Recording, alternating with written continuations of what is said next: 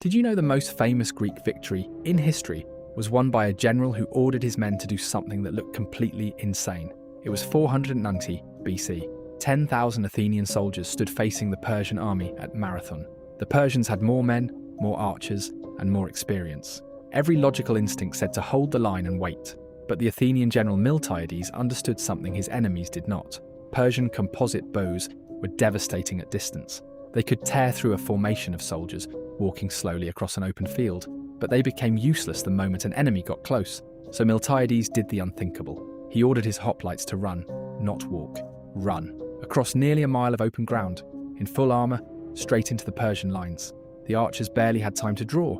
The Persians had no answer for an enemy that refused to stand still and die.